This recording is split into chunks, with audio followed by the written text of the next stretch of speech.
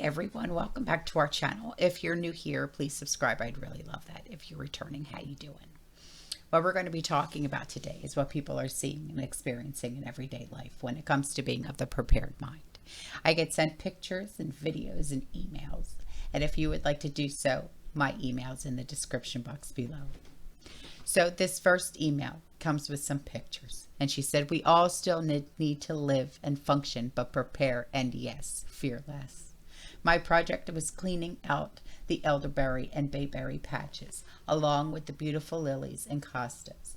I think my son and my daughter-in-law planted elderberry for medicinal purposes and jam and bayberry for candle wax. Plus my beautiful roses are coming in.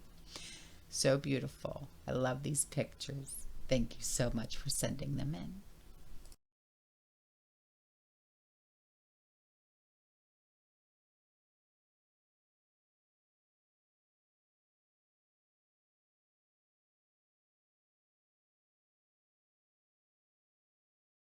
So here is another email sent in by a community member with some pictures. She said, hi, this pack of chicken creations is similar to a pack of tuna creations. I buy these all the time. Yeah, I love them.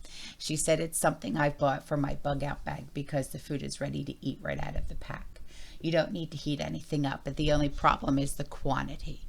You only get a 1/4 cup serving of chicken or tuna. I know, but you know what? It's great for just, you know, a quick sandwich or just like crackers or whatever. And they're already flavored, so it's better.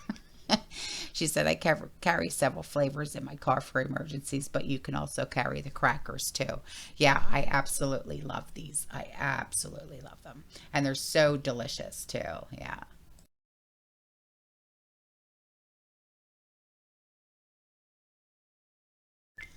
Commercial break. So here's an email from a community member, and she said, this is for the lady asking about the dehydrated food with the house that gets really hot. What about either a portable air conditioner or a couple of those Arctic air that you can plug in? I don't know her budget, but those might be 2 options to go along with a dehumidifier. Yeah, that's a really good idea. I actually have one of those small little air conditioners, and they're USB, okay? And I think it was like, oh my goodness, like $20 or $30 on Amazon. And you just put like a few cups of water in them, and they're called like Arctic air or something like that. And well, the cold air that comes out of those, it really does help out a lot. It really truly does. Yeah, they are worth it. They really truly are. So here are a few videos that were sent in by some community members, and they are very educational and very worth the watch. Yeah. When nobody wakes you up in the morning, and when nobody waits for you at night, and when you can do whatever you want, what do you call it? Freedom or loneliness? The secret of happiness, you see, is not found in seeking more, but in developing the capacity to enjoy less. Freedom is not just about walls and bars, but also about mindset. The best way to keep a prisoner captive is to ensure they never realize they're in prison. Everything hangs on one's thinking. A man is as unhappy as he has convinced himself he is. If you are depressed, you are living in the past. If you are anxious, you are living in the future. If you are at peace, you are living in the present. When it comes to lowering the grocery bill or trying to survive solely on a garden, there are 5 plants that you absolutely must master to make it affordable and attainable to nearly anyone. And truthfully, you don't need all the fancy gear, you don't need a greenhouse for majority of these to even happen. Now, my list includes some that are for self-defense, all the way to ones that will feed your family on nearly a single plant. These will work great for container gardeners, raised bed gardeners, and those of us that have a full in-ground area. So, first, let me give you a shocking surprise of the current zone that I'm in and how you can literally garden in nearly any climate. Welcome to a April blizzard. in my zone 3. This means, like I said, you can garden nearly anywhere. You can be successful even in a climate like this where the gardening season hasn't even kicked off. The first thing you want to consider is summer squash, in particular zucchini. Before you click off, hear me out here. Zucchini is a prolific plant that's easy to grow and can be grown in nearly any situation. It's not uncommon for most gardeners to be giving these zucchinis away at the end of the year. However, one unknown truth about zucchinis is that they store well in cold storage. They can be pressure canned, they can be frozen, and they can even be dehydrated and ground down into gluten-free flour, meaning a really calorie-dense recipe can be made simply from those summer squash. So zucchini, definitely top of the list of must-master crops. Probably the easiest one on this list also. Next up is actually the ones that I grow on this trellis here, and that is winter squash. This can include acorn, butternut, spaghetti, you name it. These are high in calories, high in carbs, and a single plant can actually yield pounds of food flesh. Yes, pounds of food flesh. They say the general rule is about 3 plants per person to get you from that year to the next growing season when these are harvestable. Now, I think that's a little bit too high, and I generally have spaghetti squash that's left over and can be reseeded the next year. That's actually the next key when choosing from these 5 crops, is the ability to save seeds from them. These seeds are not only better for your climate, and in this case an extreme climate, they are better adapted to the days that we have, the temperature fluxes we have, etc. and so forth. So seed saving is huge, and winter squash allows for this to happen with ease. I still have spaghetti squash in my storage, and I didn't can it or anything. Next up is actually perennials, and specifically perennials that work in your zone. So have an understanding of what your zone is and what works best in your environment. Perennials can include things like rhubarb, asparagus, and more vegetative plants, all the way to actual berries or entire stone fruits like peaches or apples, blueberries, raspberries, strawberries. What you're going to find is that in your little microclimate that is your yard,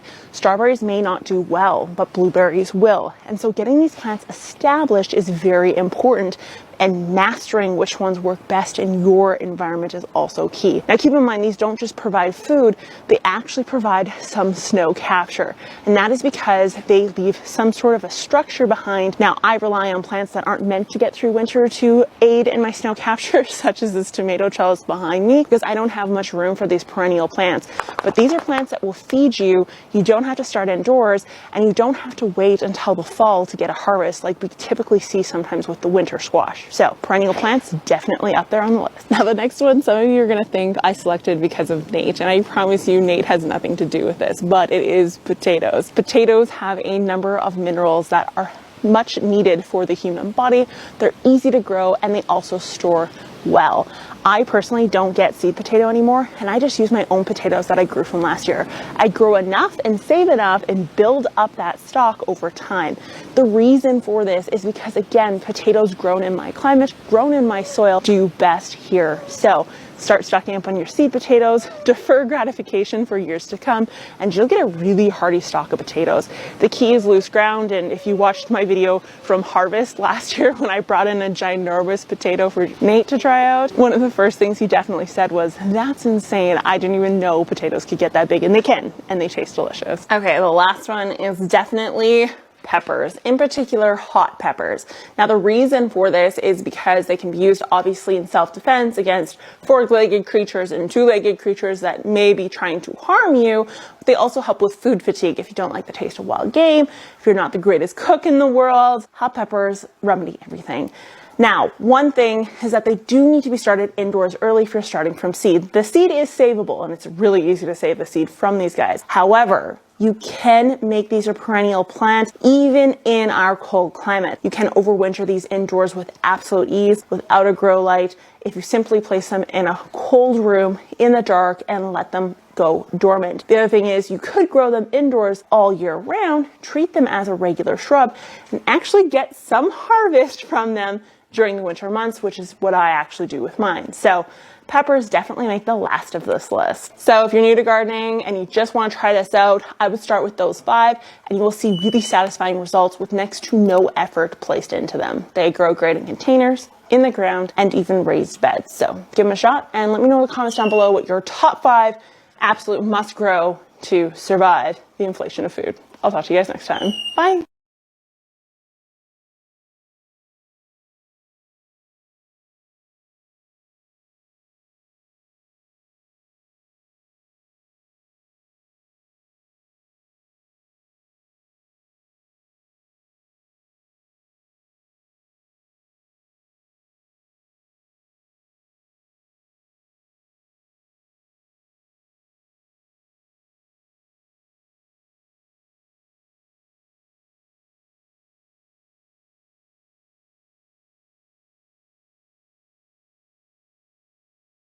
And before I go, a community member wrote in and she said, hey, I have some packs of okra and we don't eat okra.